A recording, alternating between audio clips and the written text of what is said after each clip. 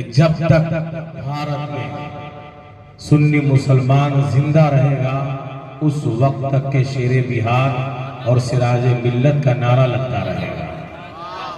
इसलिए कि हुजूर शेरे बिहार का नाम सिर्फ मोहम्मद असलम रज़वी है, लेकिन कुरान पढ़ा बरेली के निगाह मुफ्ती आज़म हिंद से शेरे बिहार बन गए। बिहार गया के रहने वाले सिर्फ नाम सिराज अजहर था। शहजादा आला हजरत मुफ्ती आज़म हिंद दादा पीर की निगाहें विलायत पड़ गई। अब मुंबई में ऐसा शेर बन के सिराजे मिल्लत छपके आप मॉरिशस जाएं, साउथ अफ्रीका जाएं, कनाडा जाएं, कतर की दुनिया में जाएं, दुबई जाएं, दुनिया का कोई ऐसा कोना नहीं है जहां पे हुजूर सिराजे मिल्लत और हुजूर शेरे बिहार का डंका बजता। इसलिए हम अपने बुजुर्गों की तारीफ सुनते हैं, हमें सुकून मिलता है। और ये बिहार और बॉर्डर पार नेपाल, दो बुजुर्गों ने ऐसा काम किया मसलक आला हज़रत का। एक का नाम हुजूर शेरे बिहार है, दूसरे का नाम हुजूर शेरे नेपाल है। इन दो बुजुर्गों ने मिशन बनाया अपना, मिशन आला हज़रत। कभी मसलक आला हज़रत के गद्दारों से आपने समझौता नहीं किया। मैंने एक मंजर देखा था 2004 में, एक तरफ हुजूर शेरे बिहार है, दूसरी जानिब हुजूर शेरे नेपाल है। ऐसा लग रहा था कि आसमान का चांद और सूरज जमीन पे उतर गया है। मेरे दोस्तों, ये चेहरे में रमक दमक चमक रोशनी आई कहां से? ये बरेली के सरकार मुफ्ती आज़म हिंद ने अता कर दिया था। हुजूर शेरे बिहार जिंदा है। आप कहेंगे शेरे बिहार अल्लामा असलम रज़वी, मुफ्ती असलम रज़वी शेरे बिहार जिंदा कैसे? शफीक रज़ा शमसी मजार भी मकसूदपुर में है, जामिया भी मकसूदपुर में है, जिंदा कैसे है? तो आप कहेंगे शकील नानपुरी साहब हैरत की दुनिया में पड़ जाएंगे कि शमसी साहब बात क्या है, जिंदा कैसे है? मैं कहता हूँ हाँ, वो आज भी जिंदा है। आपको देखना है, अल्लामा अरशद रज़वी को देख ले, शेरे बिहार जिंदा नजर आएगा। जामिया कादरिया मकसूदपुर को देख ले, शेरे बिहार जिंदा नजर आएगा। मुंबई का जामिया फैजान मुफ्ती आज़म हिंद को देख ले, हुजूर सिराज मिल्लत जिंदा नजर आएगा। इसलिए मेरे दोस्त, काम किया इन लोगों ने मसलक आला हज़रत का। आज बिहार के भरवारा गांव जिला दरभंगा में तस्करा हो रहा है। कुरान ने क्या कहा? कुल्लु नफ्सिन ज़ाइक़तुल मौत। नफ्सिन कहा कुरान ने, कुल्लु रूही नहीं कहा। नफ्स मर जाता है, इंसान की रूह जिंदा रहती है। इसलिए जिंदगी गुजारने के लिए इंसान मजबूत ईंट खरीद करके मकानात बनाता है। 1 मंजिल, 2 मंजिल, 3 मंजिल, 4, 5, 6, 7, 8, 9, 10, जितना माल है उतना बड़ा मकान। लेकिन इन बुजुर्गों ने दुनिया के इश्क और चक्करों में जिंदगी को नहीं गुजारा। इन्होंने इसके मुस्तफा के नाम पे पूरी जिंदगी को कुर्बान किया। तो इन्हें कुरान समझ में आ गया, इन्हें हदीस समझ में आ गई। लेकिन अब भारत की तारीख पढ़ेंगे तो इसी भारत की जमीन पर ऐसे ऐसे मौलवी गुजरा जिसे कुरान का तर्जुमा करने का भी ढंग नहीं, लेकिन वो कुरान का मुफस्सिर बनकर अपने ग्रोह में चमकता है। लेकिन आओ, कुरान समझ नहीं पाया।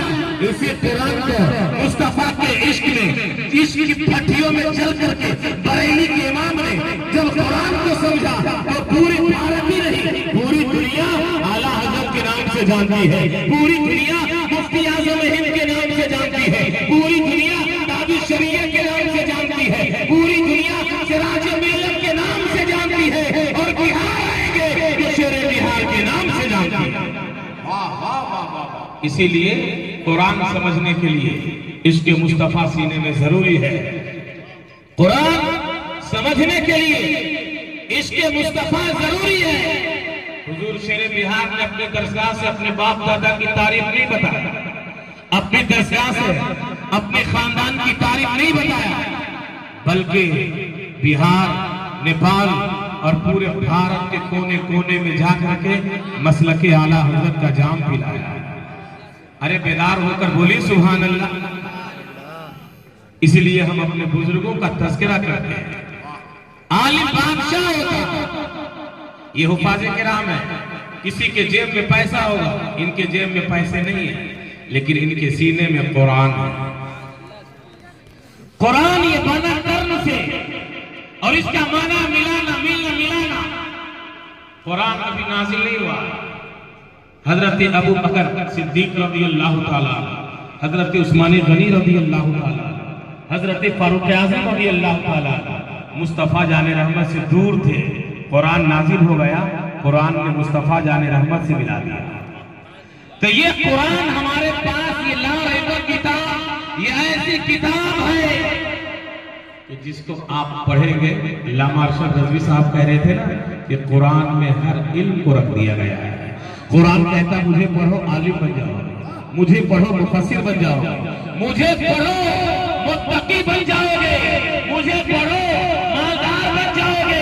मुफस्सिरीन फरमाते हैं अगर तुझे दुनिया की दिरहम व दनानीर चाहिए, सूरह वाक़िया को पढ़ लो, अल्लाह ताला गैब से तुझे रिज़्क़ वसी अता फरमाएगा।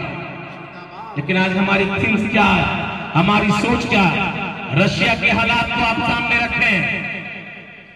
हुकूमत रशिया ने बैन कर दिया कि कुरान नहीं पढ़ा जाएगा, पढ़ने वालों को कैद करके जेलों में डाल दिया जाएगा। कई दहाइयों के बाद हुफ़ाज़ से सिर्फ साद और ताक़ के बारे में पूछा गया, कलम हाथ में दे दिया, लिखने के लिए तैयार नहीं। मेरे दोस्तों, अपने मुक़द्दर पे नाज करें कि आपके पास अल्लाह का कलाम आज भी आपके घरों में मौजूद है। और ये कुरान ऐसी किताब है। कुरान के 3 दर्जे, बोलिए सुभान अल्लाह। अरे जोर से सुभान अल्लाह। मैं अच्छी तरह समझ रहा हूं कि टाइम कितना हो गया, ये वक्त तकरीर का नहीं है। अल्लामा असगर इमाम साहब 1:18 हो गया। 12 के बाद लोगों का 12 बज जाता है। जब दाना सोता है, दानिश्वर सो जाता है, तो रात के नबी का दीवाना जागता है।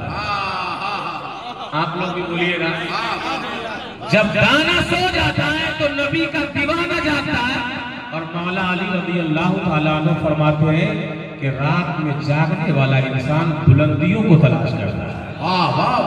आप यहाँ बैठे नहीं हैं, पैसे दे करके आप किसी को बैठा लीजिए, कोई बैठने के लिए तैयार नहीं होगा।